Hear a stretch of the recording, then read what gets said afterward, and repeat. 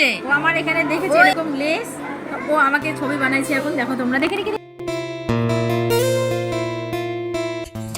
Hello everyone, আমি lovely. আমার একটা নতুন ব্লগে তোমাদের সবাইকে স্বাগতম। তো আমি আজকে সকালবেলা ঘুম থেকে উঠে পড়েছি, আর ঘুম থেকে উঠেই আজকে আমার একটু কাজ ছিল, কারণ আমাকে আজকে পুজো দিতে হবে। আর আমি যেদিন সকালবেলা ঘুম থেকে উঠি তাড়াতাড়ি করে, তো পুজোটা আমিই দেওয়ার চেষ্টা করি। মাকে বলি যে না, তোমার আজকে সকাল সকাল স্নান করতে হবে না, আমি পুজোটা দিয়ে দিই। তো ঘুম থেকে উঠে ব্রাশ ট্রাশ করে আমি আগে ফুলটা ছেড়ে রেখেছিলাম, তারপর স্নান সেরে আমি পুজোর জন্য সব কিছু জোগাড় করছি। প্রথমে ঠাকুর মুছলাম, আর আমাদের পুজো দিতে অনেকক্ষণ সময় লাগে, প্রায় আধ ঘন্টা তো লেগেই যায় পুজো দেওয়ার জন্য। তো এটা হচ্ছে আমাদের তুলসী ঠাকুর, আর তার পাশে আমি পদ্ম লাগিয়েছিলাম, তো সেটাও আমরা পুজো দিই। কারণ আমাদের বাড়িতে যেটা বলে, মানে আমার ঠাকুমা জেঠিমা বয়স্ক লোকরা যারা আছে, যে পদ্ম নাকি মা মনসার বাহন, সেই রূপেই আমরা পদ্ম ফুলকে বা পদ্মকে আমরা মনসা রূপে পুজো করি। তো তারপর আমি পুজো শেষ করে এদিকে রেডি হচ্ছিলাম তাড়াহুড়ো করে।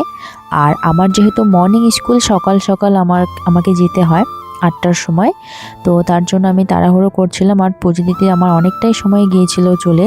তো আমি রেডি হতে হতে এদিকে চা খাচ্ছিলাম, মা চা করেছিল।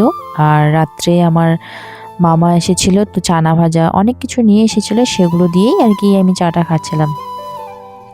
তো রেডি হওয়ার পর আজকে ব্যাগ সম্ভবত নিয়ে যাই না স্কুলে, সেরকম কাগজপত্র যদি নিয়ে যেতে না লাগে।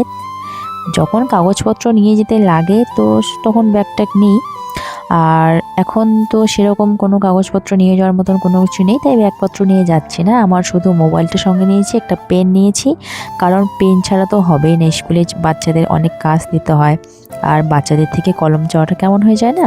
তো তারপর দেখো আমি সাইকেল নিয়ে বেরিয়ে পড়লাম। এটা হলো আমার ঠাকুমা রাস্তায় বেড়াতে গেছিলো। আর এভাবে আস্তে আস্তে এই শীতের সকালে আমি সাইকেল চালিয়ে যাচ্ছিলাম। দেখো তোমরা ভিউটা কত সুন্দর লাগছে। একটা স্টুডেন্ট রনি, ও আমার এখানে দেখেছে এরকম লেস, ও আমাকে ছবি বানাইছে। এখন যে ও এটা এটা এটা দিয়েছে, এই যে আমার এখানে আছে, আমার লেস আছে, তাই ও ওখানে দিয়েছে। ওদেরকে দেখে তোমরা হয়তো বুঝতেই পারছো যে ওরা কতটা মানে মনোযোগ সহকারে ক্লাস করে, আর ওরা কতটা আগ্রহী ক্লাস করার জন্য, ওরা কতটা খুশি মনে ক্লাস করে। তো আমার সঙ্গে ওরা এরকম খুনসুটি করেই থাকে সব সময়, হাসি ঠাট্টা এইসবের মধ্য দিয়ে আমি ওদেরকে ক্লাস করাই। আর চেষ্টা করি সব সময় যে ওদেরকে যাতে মানে একটা হয় না যে একটা ভয় থাকে বাচ্চাদের মনে, যে না মিস আমাকে বকবে মারবে, বুঝতে না পারলে হয়তো বকাবকি করবে। তো আমি সেই জিনিসটা থেকে ওদেরকে একটু দূরেই রাখি। আর সব সময় বাড়িতে যেমন ওরা দিদির কাছে পড়ে, দাদা বা মায়েদের কাছে পড়লে যেমন ওরা বোধ করে, আমি চেষ্টা করি সেভাবেই ওদেরকে পড়ানোর, বোঝানোর, আর মাতৃস্নেহে পড়ানোর চেষ্টা করি। তো তারপর আমি স্কুল থেকে এসেছিলাম বাড়ি এসে মা ভাত রান্না করেছিল। আমি যখন স্কুল থেকে ফিরি বাড়ি, তো তখন প্রায় 12টা বেজে যায়। তো আমার প্রচণ্ড খিদে পেয়ে গেছিলো, তো আমি খাওয়া দাওয়াটা